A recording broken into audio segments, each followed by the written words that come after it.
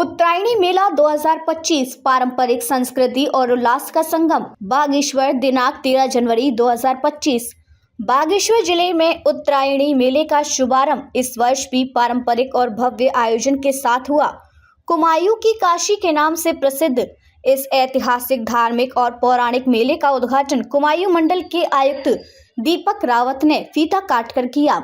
बाबा बागनाथ मंदिर के पास सरयू और गोमती नदी के तट पर हर साल आयोजित होने वाला ये मेला कुली बेगार आंदोलन की स्मृति को संजोए हुए है। झांकी और प्रभात फेरी ने बढ़ाया मेले का आकर्षण। उद्घाटन से पहले स्थानीय स्कूली बच्चों और नागरिकों ने पारंपरिक वेशभूषा में प्रभात फेरी और झांकी निकाली।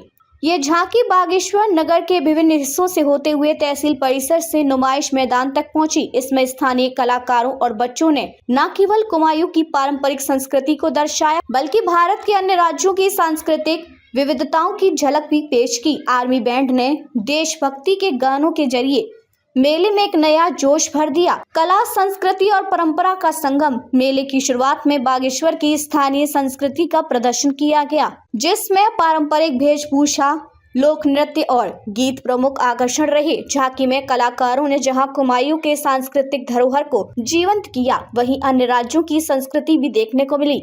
यह झांकी दर्शकों के लिए सांस्कृतिक एकता का संदेश लेकर आई।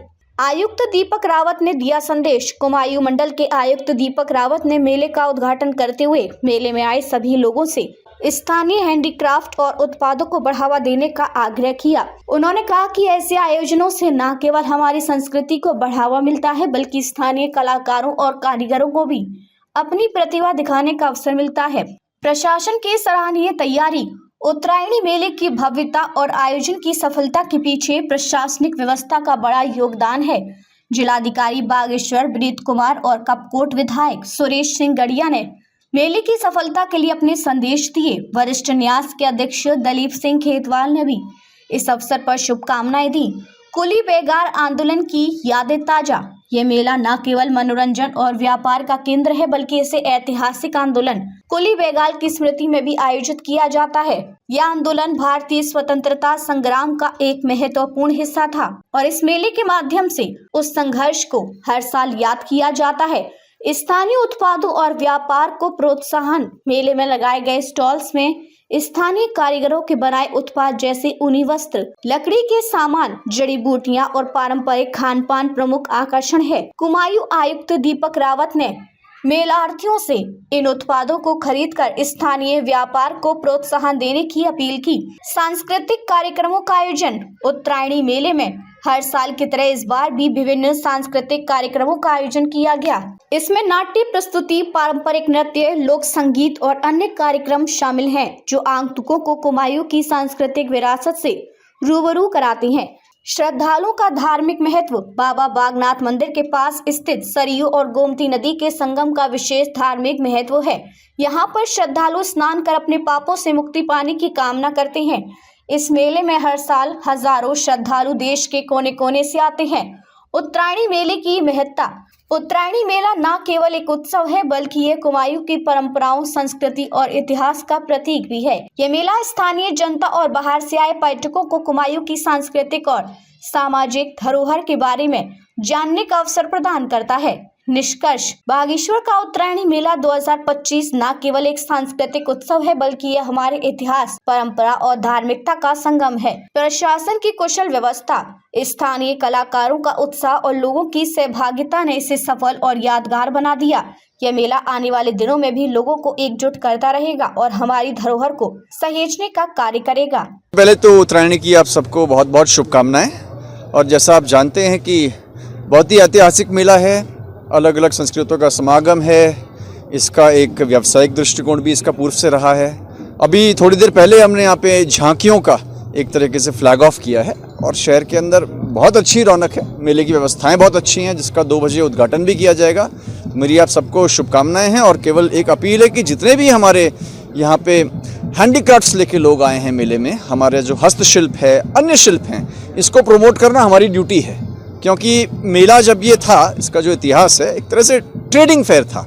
मतलब इसमें रिलीजन तो खैर है, लेकिन ट्रेडिंग भी होती थी और इसमें हमारा दायित्व है कि हमारे जो प्रोडक्ट्स हैं इस सब के ब्रांड एम्बेसडर हम लोग खुद बने और आर्टिसंस को मदद करें। Thank you. आज ये पौराणिक और ऐतिहासिक उत्तरायणी मेले का उद्घाटन माननीय आयुक्त महोदय के द्वारा किया जा रहा है यहाँ पर, और अभी आप देख रहे हैं कि बहुत अच्छा मार्च पास्ट यहाँ पे चल रहा है। और इसके बाद जो ऑफिशियली इनाग्रेशन होगा वो 2 बजे होगा, जो कि नुमाइश खेत में होगा।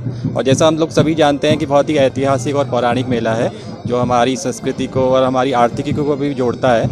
और हमारे जो दूर दराज के क्षेत्र हैं वहाँ से लोग यहाँ पर आते हैं, और हैंडीक्राफ्ट का बहुत अच्छा प्रदर्शन और कपड़े और ऊनी वस्त्रों का भी यहाँ पर डिस्प्ले किया जाता है। और ये हमारी व्यापारिक एक जो सोच है उसको भी बढ़ावा देता है, अन्य लोगों को भी आपस में जोड़ता है, संस्कृति को भी आपस में जोड़ता है। तो मैं आप सभी लोगों का जो भी यहाँ पे प्रतिभागी है उन सबका यहाँ पे स्वागत करता हूँ। माननीय आयुक्त महोदय का भी बहुत बहुत आभार व्यक्त करता हूँ कि वो यहाँ पर आए और हम लोगों को उन्होंने अपना आशीर्वाद दिया।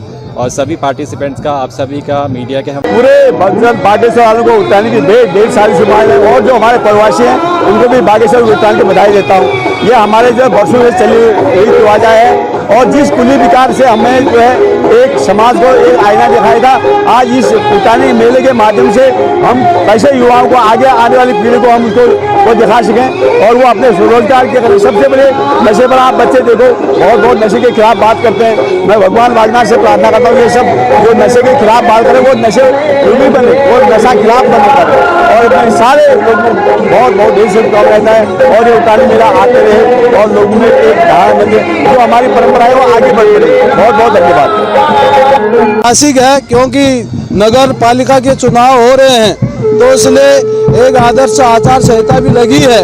तो इसलिए सभी लोगों को मैं मकर संक्रांति घुघुतिया पर्व की बहुत बधाई देता हूँ, शुभकामनाएं देता हूँ, क्योंकि ये उत्तरायणी हर वर्ष की भांति इस बार भी मनाई जा रही है। और मैं चाहूँगा कि अपने सुदूरवर्ती गांवों से सभी लोग उत्तरायणी मेले में आएंगे, और जिस तरीके से हम उत्तरायणी को मनाते हैं हर वर्ष की भांति इस बार भी मनाएंगे।